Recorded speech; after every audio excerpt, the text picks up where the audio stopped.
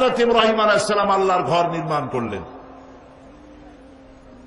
এই ঘর নির্মাণ করতে গিয়ে তার কাছে সিঁড়ি ছিল না, লিফটও ছিল না, পাথর দিয়ে ঘরটা তৈরি করেছেন।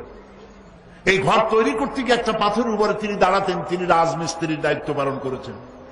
আর একজন লোক হেল্পারের দায়িত্ব পালন করেছেন, তিনিও নবী ছিলেন। বলুন তো কে? মাশাআল্লাহ। তিনি পাথরগুলো উঠিয়ে দিচ্ছিলেন তার হাতে। প্রয়োজন মাফিক যত উপরে পাথর রাখতে হবে, যে পাথরের উপরে তিনি দাঁড়ায় কাজ করতেন, ওই পাথরটা লিফটের মতো উঁচা হইত। আবার যখন নামার প্রয়োজন হতো, পাথরটা আস্তে করে নেমে যেত, তিনি নেমে আসতেন। সেই পাথরটা কি শেষ হয়ে গেছে? না, আছে। কোন জায়গায় আছে? মক্কা শরীফে মাতাফের মধ্যে। নাম কি? মাকাম ইব্রাহিম। সুবহানাল্লাহ বলতে ইচ্ছে করে না? আল্লাহ রাব্বুল আলামিনের কুদরতের নমুনা আজও সেখানে স্পষ্ট হয়ে বিশ্ববাসীকে দেখা দিচ্ছে। বাপ বেটা মিলে দুজনে আল্লাহর ঘর নির্মাণ সম্পন্ন করলেন। এবার আমার জাতির পিতা ইব্রাহিম আলাইহিস সালাম তার কলিজার টুকরা সন্তানকে নিয়ে ঘর নির্মাণের পর বাপ বেটা দুজনে মিলে হাত তুলেছেন রবের দরবারে। হযরত ইব্রাহিম আলাইহিস সালাম দোয়া করলেন, রব্বি জাআল হাযাল বালাদা আমিনান। আয় আল্লাহ তাআলা, আয় আমার রব, তুমি দয়া করে এই শহরকে নিরাপত্তার শহর বানায়া দাও। আল্লাহ তাআলা, তুমি দয়া করে এই শহরকে নিরাপত্তার শহর বানাও। দোয়া কবুল হইল না হয় নাই? হয়েছে কিনা? আল্লাহ রাব্বুল আলামিন জবাবে বললেন, ওয়ামান দাখালাহু কানা আমিনান। যেই এই ঘরে প্রবেশ করবে, হারাবে প্রবেশ করবে, তাকে নিরাপত্তা দেওয়া হবে। মক্কা মদিনায় হারামাইন শরীফাইন যারাই যাচ্ছে তারাই নিরাপত্তা লাভ করতেছে। সুবহানাল্লাহ। গেছেন না আপনারা? যারা যান নাই, আল্লাহ যেন যাওয়ার তৌফিক দেয়, আমরা বলি আমিন। আমি বারবার কথা বলেছি, হলিডে করার জন্য, ছুটি ভোগ করার জন্য টাকা নিয়ে, পয়সা নিয়ে প্যাকেজ ট্যুর করে Singapore, Kolkata, Bombay, Delhi, Hong Kong, Bangkok, যেখানে খুশি সেখানে চলে যাচ্ছে হলিডে করার জন্য। খামোখা পয়সা নষ্ট করতেছে, হাবিজাবি দেখতেছে। হলিডে করতে যাবেন, আপনি যদি পয়সা কিছু আছে, যদি কোথাও যেতে চান, হজ যার হয়ে গেছে হলিডে করার জন্য রমজান মুবারকে মক্কা আল মুকাররমা, মদিনা আল মুনাওয়ারা চলে যান, কপাল খুলে যাবে। সুবহানাল্লাহ। মুসলমানদের আল্লাহ কত বড় নিয়ামত দিছে, চোখ দিয়ে তাকায় তাকায় দেখবেন কত বড় নিয়ামত। কালো একটি ঘর, কালো পাথর, তাও সমান সাইজের না, কোনটা ছোট, কোনটা বড়, কোনটা বেঁকা, কোনটা তেড়া। এই কালো পাথর দিয়ে একটি ঘর তৈরি করা, কালো কাপড় দিয়ে ঢাকা, কোন শৈল্পিক সৌন্দর্য এখানে নাই।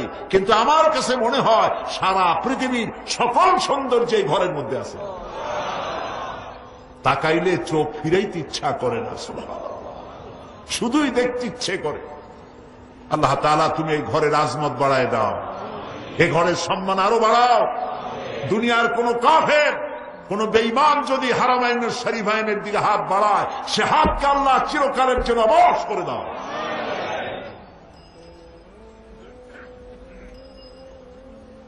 এখানে যেই যায় সেই নিরাপত্তা লাভ করে, চুরি নাই, ডাকাতি নাই। ওরা আমাদের কয় সন্ত্রাসী। ইউরোপ এবং আমেরিকায় যারা গেছেন জানেন, বাজারঘাট বন্ধ হয়ে যায় বিকেল 4টার মধ্যে, 5টা 6টা পর্যন্ত খোলা রাখে না। কেন? দেশে ভদ্রলোক তো বেশি, কোথা দিয়ে লুটপাট চুরি মারা করবে, ঠেকাইতে পারে না। লোকেরা কয়, হুজুর আমেরিকা একেবারে স্বপ্নের দেশ, সব পেশির দেশ আমেরিকা, সভ্য দেশ। কি সভ্য তা তো আমরা দেখছি। মাত্র কয়েক ঘন্টা বিদ্যুৎ ছিল না নিউ ইয়র্ক সিটিতে, হাজার হাজার লক্ষ লক্ষ মানুষ নেমে গেল রাস্তায় নিউ ইয়র্কে। জিনা করলো পাইকারি দরে, মানুষ হত্যা করলো জনমের মতো, ভাঙ চুর করিয়া শেষ করে ভালাইল সব। আমার লুটপাট হইল।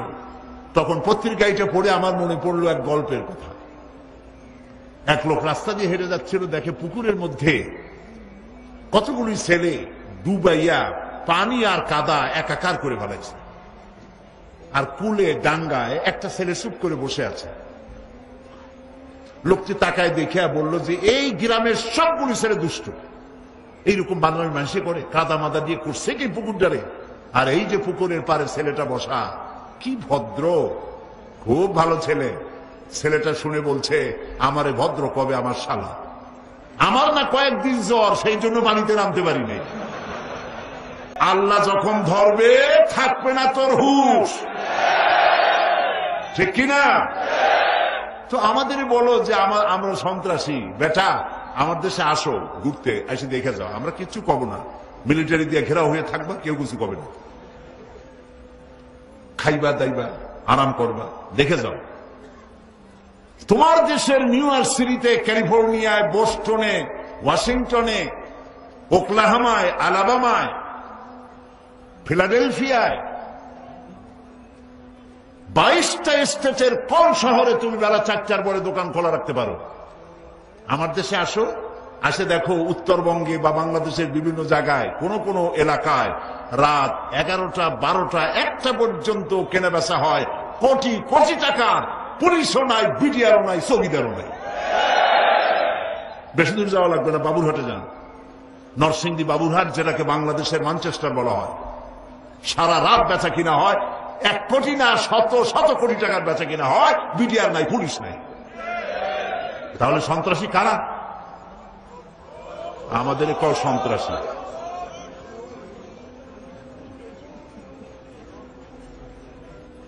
মুসলমান যে দেশে বেশি, সেখানে সন্ত্রাসী নাই বললে চলে। আজকে মক্কায় বোমা বিস্ফোরণ হচ্ছে, রিয়াদে বোমা বিস্ফোরণ হচ্ছে, হচ্ছে কিনা? কোনদিন হয়েছিল এর আগে? বেটা তোরা আসছিস সেই জন্য বোমা বিস্ফোরণ হচ্ছে। চলে যায় ইরাক থেকে, ইরাকের মাটি খাও।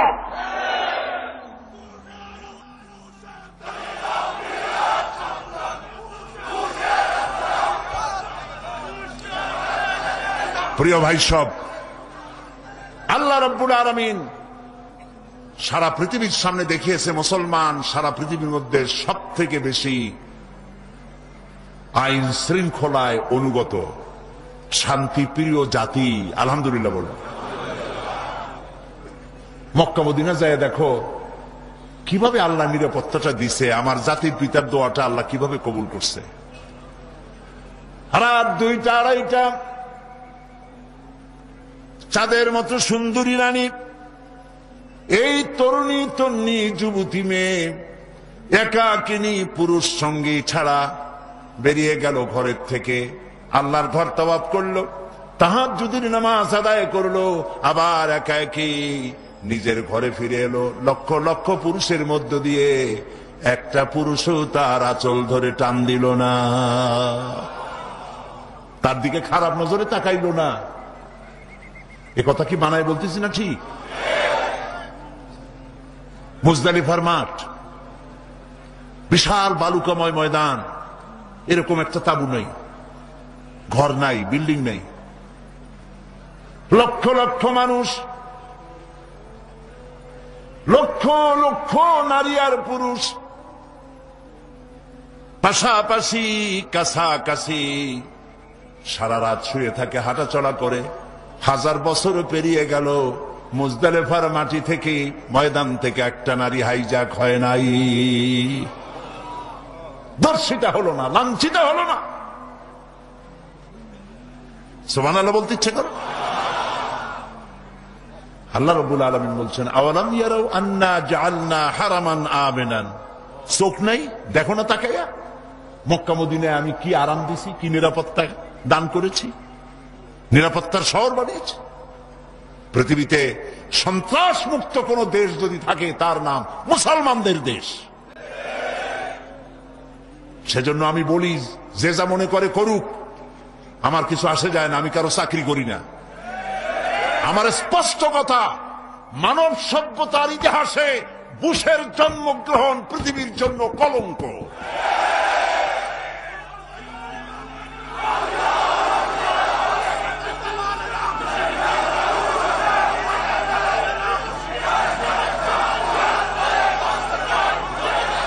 আজকে সারা পৃথিবীর মুসলমানরা তার দুশমন, ইসলাম তার দুশমন। সন্ত্রাসী মুসলমান ছাড়া কোন জাতির মধ্যে নাই, সন্ত্রাসী মুসলিম দেশগুলো ছাড়া আর নাই। এখন ইরানে পারমাণবিক অস্ত্র আছে, সিরিয়ায় পারমাণবিক অস্ত্র, বেটা বুশের বাচ্চা বুশ। ইসরায়েলে যে পারমাণবিক অস্ত্র তা তোর চোখ নাই, দেখিস না? শ্যারনকে বলে শ্যারন নাকি শান্তির পায়রা, বুশে কয়। শ্যারন যদি হয় শান্তির পায়রা, তাহলে অশান্তির শকুনকে? এই পৃথিবীতে নমরুদ ফেরাউনেরা বেশি দিন টিকতে পারে নাই। আমার আল্লাহ আছেন এবং তার থেকে ক্ষমতাশালী আকাশেও কেউ নাই, জমিনেও কেউ নাই। আমি আজ কোরআনের মাহফিল থেকে বলছি, বুশ আর শ্যারনের শাস্তি বিশ্ববাসী তাকিয়ে দেখবে, ইতিহাসের কলঙ্কময় শাস্তি, প্রচন্ড শাস্তি দিয়ে আল্লাহ এদেরকে গজব দিয়ে বিদায় করবেন। প্রিয় ভাই সব, এই যে কোরআনের কথা আমি আপনাদের সামনে বলতে এসেছি, আল্লাহ বলাচ্ছেন, আলহামদুলিল্লাহ বললেন। কে বলান? আমি আগেই বলেছি, সুবহানাকা লা ইলমা লানা। কোরআন বুঝাবার মতো কোন ইলম আমার নাই, ইল্লা মা আল্লামতানা। যদি দয়া করে আল্লাহ কিছু বলার তৌফিক দেন তাহলেই বলতে পারবো। আল্লাহর কাছে তৌফিক কামনা করি, আল্লাহ তুমি তোমার এই আমানত, এটা আল্লাহ তাআলা আমাদেরকে আমানত দিয়েছেন। সুবহানাল্লাহ বলে আমরা যেন এই আমানতের সম্মান রক্ষা করতে পারি।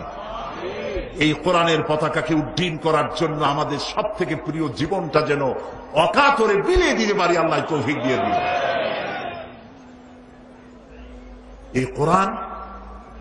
এই কোরআনই পারে। এই কোরআনের আইন প্রতিষ্ঠা হলেই সন্ত্রাস বন্ধ হবে, নইলে সন্ত্রাস বন্ধ হবে না। এখন দেখেন, এই কোরআনের মধ্যে আল্লাহ তাআলা তিনি বিচার পদ্ধতি সম্পর্কে বলছেন। আমি আগেই বলেছি, যারা তাবিজের ব্যবসা করে কোরআন দিয়া, আল্লাহ তাদের হেদায়েত নসিব করুন। কোরআন তাবিজের জন্য আসে নাই, একথা বহুবার বলছি, আজকে আর ব্যাখ্যা দেওয়ার দরকার নেই। না, দরকার আছে? আলহামদুলিল্লাহ। ইসলামের বিচার পদ্ধতির মূল নীতিটা কি? আল্লাহ রাব্বুল আলামিন বলেছেন, ওয়াইদা হাকামতুম বাইনান নাসি আন তাহকুমু বিল আদল। তোমরা যখন লোকদের মাঝে বিচার ফয়সালা করবে, তখন তোমরা অবশ্যই সুবিচার করবে। এটা হলো আল্লাহর নির্দেশ। এই সুবিচার, সেখানে কোনো হিন্দু নাই, খ্রিস্টান নাই, বৌদ্ধ নাই, মুসলমান নাই। বিচার যখন বসবে বিচারকের চেয়ারে, বিচার করবে, ঠিক সুবিচার করবে, আপন পর দেখার কোনো প্রশ্নই ওঠে না। এই বিচারের মূল নীতি সম্পর্কে আল্লাহ বলছেন, আত্মীয় স্বজন হোক, গরিব হোক, ফকির হোক, বিচার হবে সুষ্ঠু। ইয়া আইয়ুহাল্লাযীনা আমানু কুনু কাওয়ামিনা বিল কিসতি শুহাদাআ লিল্লাহ। হে বিশ্ববাসীরা, তোমরা সকলের সুবিচার এবং ন্যায় নীতি সহ শক্ত হয়ে দাঁড়াও, আল্লাহর জন্য সাক্ষীদাতা হিসাবে। বিচারের মধ্যে কোন রকমের তারতম্য করো না। এবং এই বিচার করতে গিয়ে ওয়ালাউ আলা আনফুসিকুম ওয়া বিল ওয়ালিদাইনি ওয়াল আকরাবিনা ইয়াকুন গানিয়ান আও ফাকিরা। সে সুবিচার যদি তোমার নিজের বিরুদ্ধে যায়, তোমার মায়ের বিরুদ্ধে যায়, বাপের বিরুদ্ধে যায়, ধনী অথবা দরিদ্রের বিরুদ্ধে যায়, ফাল্লাহু আউলা বিহিমা ফালা তাত্তাবিউল হাওয়া আন তা'দিলু। তাহলে কখনো ক্রমে এর বিপরীত যেও না। আল্লাহ সর্বোত্তম, অতএব তোমরা নফসের খায়েশের বশবর্তী হয়ে ছেলের বেলায়, মেয়ের বেলায়, আপন আত্মীয় স্বজনের বেলায় বিচারটা উল্টা করো না। আর এই বিচার করতে গিয়ে আজ যে আমাদের দেশে খুনাখুনি হচ্ছে না? খুন বলেন না কেন? খুন হচ্ছে? আর চট্টগ্রামে আর একটা জিনিস হচ্ছে, কি বলেন তো? কিডন্যাপ, অপহরণ। যারা খুন করে এবং অপহরণ করে তারা মানুষ না, তারা জানোয়ার। বলুন তারা কি? জানোয়ারের চাইতেও তারা নিকৃষ্ট। যাকে তুমি খুন করো, বিশ্বাস করুন, যে ব্যক্তি খুন করবে কাউকে এবং কাউকে খুনের পরামর্শের মধ্যে থাকবে, ওকেও খুন হইতে হবে। দেখুন, হাত মুঠো করে কারো দিকে যদি এক আঙ্গুল আপনি এভাবে দেখান, হাত মুঠ করে দেখেন, হাত মুঠ করে কালো দিকে যদি এক আঙ্গুল এরকম দেখান, আপনি এদিকে তাকায় দেখেন, হাতটারে উল্টো করে আপনার দিকে 3টা আঙ্গুল ফিরে আসে। কয়টা ফিরছে? 3টা। তার মানে হাত বুঝাচ্ছে, তুই যদি আরেকজনের মারিস 1 খোসা, তুই খাবি 3 খোসা। তুই যদি কারো বুকে গুলি মারিস 1টা, তুই খাবি 3টা। এটা হাত বলে দিচ্ছে। সুতরাং সন্ত্রাসী খুনিরা যদি আজকে মাহফিলে কেউ এসে থাকে, বাড়িতে ডায়েরিতে লিখে রাখো, তুমি যদি কোনো মানুষকে কিডন্যাপ করে তার বউরে তার বাচ্চারে যদি কান্দায়া থাকো, তুমিও কিডন্যাপ হবে একদিন, তোমার বউ আর বাচ্চা কানবে। তুমি যদি কাউকে হত্যা করে থাকো, তাহলে রাতের বেলায় গোপনে যারে হত্যা করছো তার বাড়ির পাশে এসে দাঁড়াও, তাকিয়ে দেখো তার মা কিভাবে কাঁদতেছে, তাকিয়ে দেখো তার বউ, যুবতী মেয়ে বউ সাদা কাপড় পরে কাটা কবুতরের মতো ঘরের ফ্লোরে ছটফট করছে, বাপ হারা হয়ে কচি কচি মাসুম বেগুনা বাচ্চারা আব্বা আব্বা বলে কাঁদছে। নিকৃষ্ট সন্ত্রাসীরা, খুনিরা, মনে রেখো, তুমি যদি কাউকে গুলি করে হত্যা করে থাকো, তোমার বুকটা গুলি দিয়ে ছাঁচড়া হবে, মাথার খুলি উড়ে যাবে, তোমার বউ বিধবা হবে, তোমার ছেলেরা ভিক্ষা করেও পাবে না, খাইতে পারবে না, না খায়া কুত্তার মতো মারা যাবে।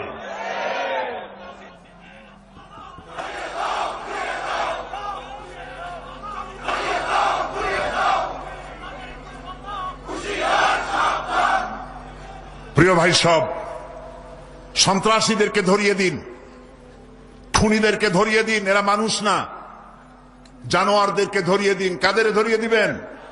জানোয়ার, পশু, অমানুষ। এই শহরের জামাল মিয়া নামে একজন ব্যবসায়ীকে কিডন্যাপ করা হয়েছে।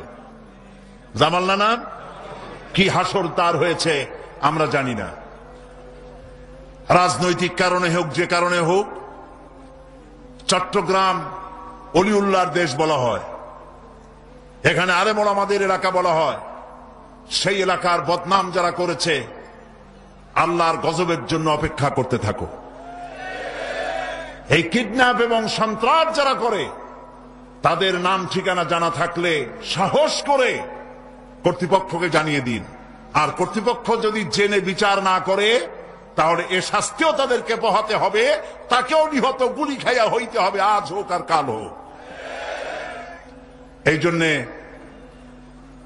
সন্ত্রাস এবং অপহরণ বন্ধ করতে হবে।